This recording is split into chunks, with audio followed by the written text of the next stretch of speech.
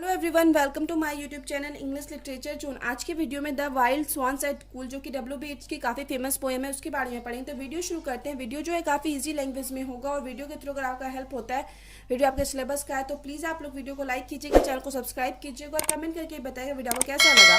The wild swans at Coole is a lyric poem.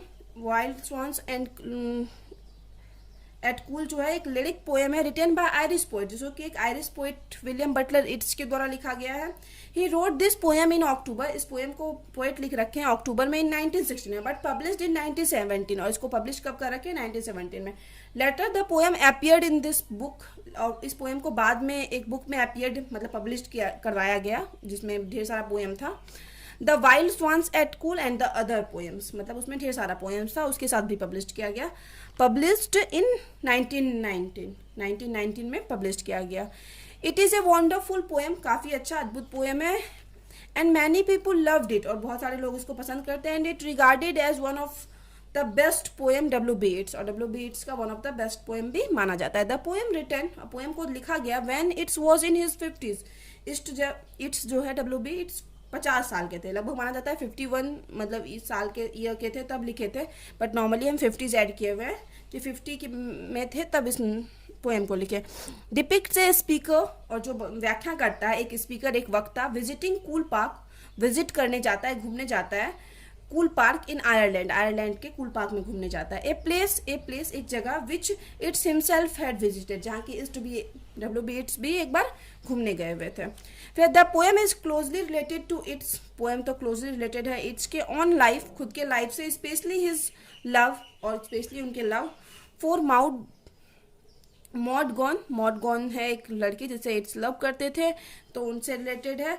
The title of this poem, इस poem का जो title है the wild swans at Coole, suggest करता है, दिखाता है that the speaker is talking about, जो speaker है वो बात कर रहे हैं द ब्यूटीफुल लेक के बारे में, एट द कूल पार्क्स का जो मतलब जो सीन है आयरलैंड, कूल पार्क आयरलैंड का जो सीन है वहाँ के ब्यूटीफुल लेक के बारे में बात करें। It's begins the poem, it's जो है इस पोएम को शुरू करते हैं by describing the beauty of the Coole park in autumn के मंथ में, यानी पतझड़ के मौसम में ब्यूटी, सुंदरता, कूल पार्क की सुंदरता के बारे में बताते हुए इस पोएम को शुरू करते हैं। डिटेल्स सचेज, और ये मतलब डिटेल्स प्रेजेंट करते हैं व्याख्यान। द ब्रीमिंग वाटर, ब्रीमिंग यानी पूरा भरा हुआ water, and the dry Woodland path, और ड्राई वुडलैंड पार्ट यानी वुडलैंड क्या होता है ना, जहाँ मतलब ट्री होता है ढेर सारा, एक ऐसा लैंड का पार्ट जहाँ ट्री से कवर हो, तो एक तो भरा हुआ पानी है एक तरफ, एंड द ड्राई वुडलैंड और सूखा Woodland part brings the peaceful scenes of life. ये क्या दिखा रहा है?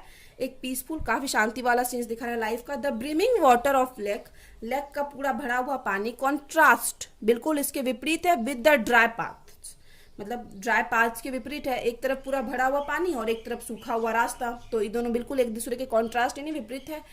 इट इज एज, यह ऐसे जैसे if the lake and it's occupants, lake यानी तालाब और इसके ऑक्यूपेंट्स यानी इसमें रहने वाले रिप्रेजेंट करते हैं लाइफ को और ग्रोथ को, मतलब वो लेक और लेक में रहने वाले रिप्रेजेंट दिखाते हैं लाइफ को और ग्रोथ को। तो वाइल द लैंड, और वहीं जो लैंड है जमीन, वेयर इट्स स्टैंड, जहाँ पे इट्स WBH खड़े, इज बैरन, वह क्या है? बैरन यानी बंजर है। Autumn is linked with slowing down and dying, और ऑटम यहाँ पे क्या दिखा रहा है कि धीरे धीरे क्या हो रहा है? डाउन हो रहा है सब कुछ, और डाइंग धीरे धीरे मर रहा है, क्योंकि नॉर्मली ऑटम के मौसम में क्या होता है, पतझड़ में धीरे धीरे पत्ते सूख जाते हैं और गिरने लगते हैं। इट्स फील करते हैं दैट एट हिज 50s, कि अपने 50 में he is reaching the autumn years of his life, अपने लाइफ के ऑटम ईयर्स में पहुंच चुके हैं, मतलब उनका लाइफ भी अब लगभग एंड की तरफ है, तो ये ऐसा फील होता है इट्स को।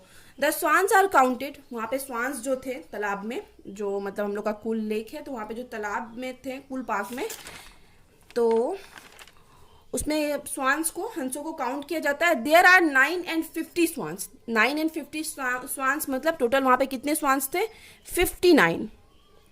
59 स्वान्स थे। द स्पीकर सेज, फिर स्पीकर बोलता है that swans are elegant, swans क्या है? काफी मनोहर है, हंस है, एंड ग्रेसफुल, और काफी सुंदर है, क्रिएचर्स, जीव है, सिंबल ऑफ लव, और लव का प्रतीक है। There are an odd number of swan, और यहाँ जो ऑड नंबर ऑफ श्वान है मतलब एक विषम संख्या में दिखाता है, श्वान के 59 है, सबका तो जोड़ा बन जाएगा लेकिन सिर्फ एक श्वान अकेला रह जाएगा, तो इसी तरह ये जो ऑड नंबर ऑफ श्वान दिखाता है, इम्प्लाइंग इसका मतलब है one has lost a mate, कि एक जो है अपना मेट यानी साथी खो चुका है। दस इस प्रकार in this stanza the speaker describes the quiet and serene beauty of the lake. मतलब इस स्टांजा में पोइट क्या स्पीकर डिस्क्राइब करते हैं एकदम शांत और निर्मल ब्यूटी, सुंदरता को लेक की एट द कूल पार्क के। इन द सेकेंड स्टांजा, वहीं सेकेंड स्टांजा में it's become more personal, it's काफी ज्यादा पर्सनल होते हैं। ही रिकॉल्स, वह याद करते हैं दैट कि इट इज 19 ईयर्स सिंस, कि 19 ईयर्स पहले, 19 साल पहले ही फर्स्ट काउंटेड दिस स्वान्स, की अब पहली बार काउंट किए थे मतलब इस स्वान्स को, मतलब इट्स 19 साल पहले ये पार्क एक बार आए हुए हैं। Hardly had the poet finished counting, और जैसे ही पोएट क्या होता है अपने काउंटिंग फिनिश्ड करने वाले होते हैं, all the swans rise into the air, सारे swans rise into the air यानी हवा में उड़ जाते हैं। Loud whistling sound was made by the flapping on their wings, और उनके विंग्स के फड़फड़ाने से, फ्लैपिंग यानी विंग्स यानी पंख के फड़फड़ाने से एक विशलिंग का साउंड आता है, ठीक है, एक सीटी जैसा आवाज आता है। इन द थर्ड स्टांजा में द स्पीकर फील्स, स्पीकर फिर से अनुभव करता है दैट एवरीथिंग हैज चेंज्ड, कि सारा कुछ क्या हो गया, चेंज हो गया है। ड्यूरिंग द इंटरवेनिंग ईयर्स, इस जो बीच का साल था, 19 साल बाद फिर से पोइट इस चीज को फेस कर रहे हैं, तो इन जो बीच का साल था, इस बीच के साल में बहुत सारा कुछ चेंज हुआ है। When he first visited the cool park, जब वह फर्स्ट विजिट किया था कूल पार्क, एंड saw, और देखा था the bird at twilight flying noisily overhead, कि बर्ड को देखा था, पक्षियों को, कि शाम के टाइम बर्ड क्या करते हैं, नॉइजली यानी पूरा मतलब शोरगुल के साथ आवाज करते हुए उसके हेड के मतलब जमीन के ऊपर उड़ रहे थे। ही वॉज सिंपली इनरैप्चर्ड, और वह जो ऑथर या स्पीकर जो है, राइटर या स्पीकर जो है, वो क्या हो चुके हैं, पूरे मंत्रमुग्ध हो गए थे देख के, मतलब पूरे अवाक रह गए थे कि इतना सुंदर दृश्य है। बट लेकिन नाउ पोएट फील्स, लेकिन पोएट अब फील करता है that something has been changed and says, कि कुछ ना कुछ तो जरूर बदल गया, और कहते हैं all change since I hearing at twilight, मतलब सारा कुछ चेंज हो गया है जो मतलब पहले पोएट देखे थे। तो ये लाइन जो है लिया गया है पोएम से, 4 लाइन, ये आपको एग्जाम में लिखना है।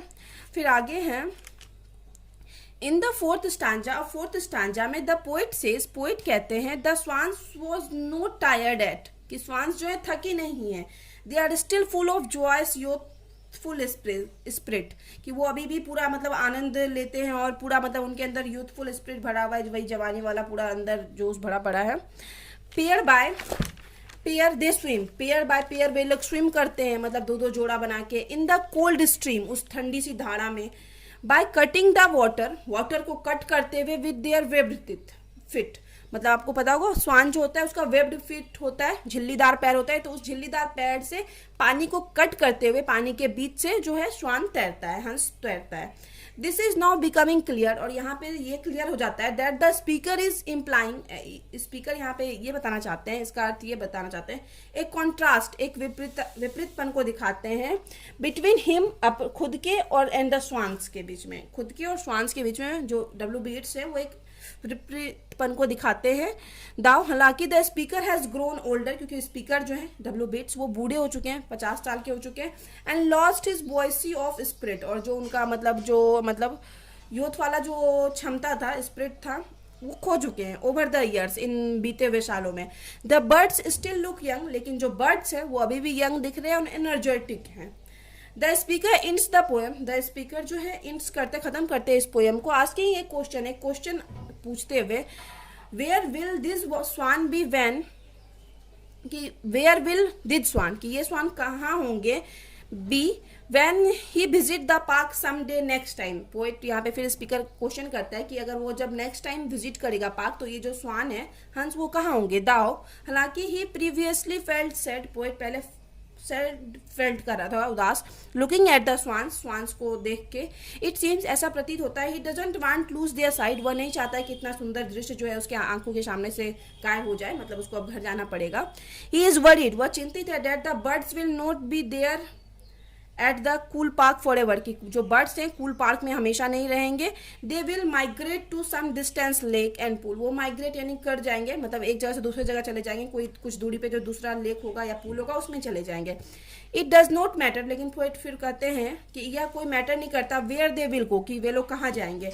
नेक्स्ट, कि अगली बार वो लोग कहाँ जाएंगे, बिकॉज क्योंकि दे विल डिलाइट अदर, क्योंकि वे लोग दूसरों को खुशी देंगे, आनंद देंगे, बाय देयर ब्यूटी, अपने ब्यूटी से, वेयर इवर दे गो, जहाँ भी वे लोग जाएंगे. But the poet will miss this birds, लेकिन जो पोएट है इन बर्ड्स को मिस करेंगे when he returns to Coole park once more in future, और जब पोएट एक बार फिर से यहाँ पे कूल पार्क में रिटर्न होके आएंगे तो पोएट जो है मिस करेंगे स्वान को. फिर इस यहाँ पे है दस इस प्रकार इन दिस पोएम, इस पोएम में it's explore the theme of, poet दिखाते हैं किस चीज के थीम को, frailty of human life through the speaker, human life के भंगुरता को दिखाते हैं कि कैसे ह्यूमन लाइफ का आखिरी में एंड हो जाता है, मतलब सबका बुढ़ापा आ जाता है, सबकी मृत्यु होती है, तो यही चीज दिखाते हैं. तो यहाँ पे वीडियो खत्म होता है. वीडियो अगर आपको अच्छा लगा, आपके लिए हेल्पफुल है, तो प्लीज वीडियो को लाइक करना, चैनल को सब्सक्राइब करना और कमेंट करके बताना वीडियो को कैसा लगा. और वीडियो का पीडीएफ चाहिए तो आप टेलीग्राम पे मिल जाएगा आपको, टेलीग्राम का लिंक भी आपको इस वीडियो डिस्क्रिप्शन में मिल जाएगा. और अगर वीडियो से रिलेटेड कोई डाउट है तो आप इंस्टाग्राम पे भी टेक्स्ट कर सकते हो, इंस्टाग्राम का लिंक भी आपको इसी वीडियो के डिस्क्रिप्शन में मिल जाएगा. तो मिलते हैं नेक्स्ट वीडियो में नेक्स्ट टॉपिक के.